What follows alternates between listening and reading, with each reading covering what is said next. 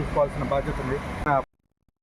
మేడ్చల్ మల్కాజ్గిరి జిల్లా మల్కాజ్గిరి చింతలబస్తీలో బాబు జగజీవన్ రామ్ జయంతి వేడుకలు ఘనంగా నిర్వహించారు. మహనీయుని చిత్రపటానికి పూలమాలలు వేసి నివాళులర్పించిన అనంతరం అరువులకు సంక్షేమ పథకాలు పత్రాలు అందజేశారు. ఈ సందర్భంగా నాయకులు మాట్లాడుతూ బాబు జగజీవన్ రావు దేశానికి విశిష్ట సేవలు అందించిన మహానేత అన్నారు.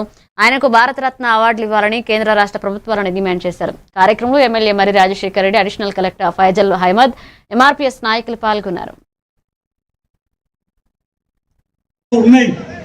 కానీ వాళ్ళందరూ రాకపోవడం చాలా ఉద్యమ నమస్కారాలు తెలియజేస్తున్నాం. ఈరోజు చాలా బాధాకరమైన విషయం ఏమిటంటే కలెక్టర్ గారి పేరు మీద ఏదైతే వినతి పత్రం ప్రింట్ చేసిండ్రో దాంట్లో ఎక్కడ ప్లేస్ లేకుండా జిల్లా అధికారులంతా, ఎమ్మెల్యేలు, కార్పొరేటర్లు, ఆల్ డిస్ట్రిక్ట్ ఆఫీసర్స్ అంతా అందులో ఉన్నాయి. కానీ వాళ్ళందరూ రాకపోవడం చాలా బాధాకరమైన విషయం అని చెప్పి నేను అడిషనల్ జిల్లా కలెక్టర్ గారికి నేను విజ్ఞప్తి చేస్తున్నాను.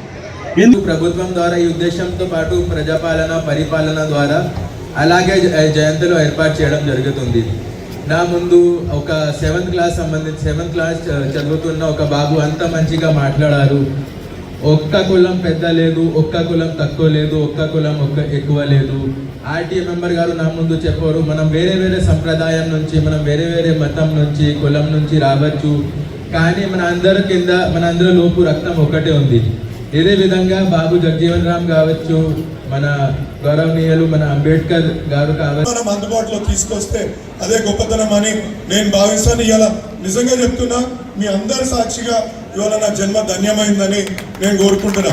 ఇంకొకటి, ఇక్కడ కొందరు సోదరులను నేను పిలవకపోవచ్చు, కొందరిని నేను ఈ యొక్క కలెక్టర్ గారిని అడిగి మా 100% మా దగ్గర నిర్వహించాలని చెప్పినాక కొందరు సోదరులు, ఎందుకంటే ప్రతిరోజు పబ్లిక్కి అవైలబుల్గా ఉంటూ ప్రతి నిత్యం అధికారులను కలుస్తూ, ఎందుకంటే కలెక్టర్ గారి దగ్గర పోయి ఇప్పుడు మనకు ఉదాహరణకు రామకృష్ణాపురం కింద ఒక ఇండ్లు పోతున్నాయి కొందరి డిఫెన్స్ ల్యాండ్లో ఉన్న వాళ్ళకు డబుల్ బెడ్రూమ్లు ఏ విధంగా ఇప్పియాలా, లేకపోతే మన రైల్వే బ్రిడ్జ్లని ఏ విధంగా కట్టుకోవాలనే సందర్భంలో నేను అధికారుల దగ్గర